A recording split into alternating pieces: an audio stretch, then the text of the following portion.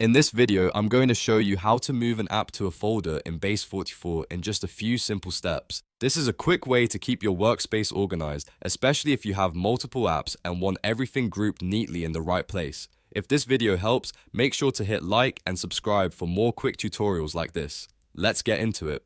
First, in the left navigation bar, click All Apps. This will open the full list of apps available in your Base44 workspace so you can find the one you want to organize. Next, locate the app you want to move. Once you've found it, click the three dots menu on that app. This opens the options menu for that specific app. From the menu, click Move to Folder. This tells Base44 that you want to place the app into an existing folder instead of leaving it in the main app list. Now choose the folder you want to move the app into.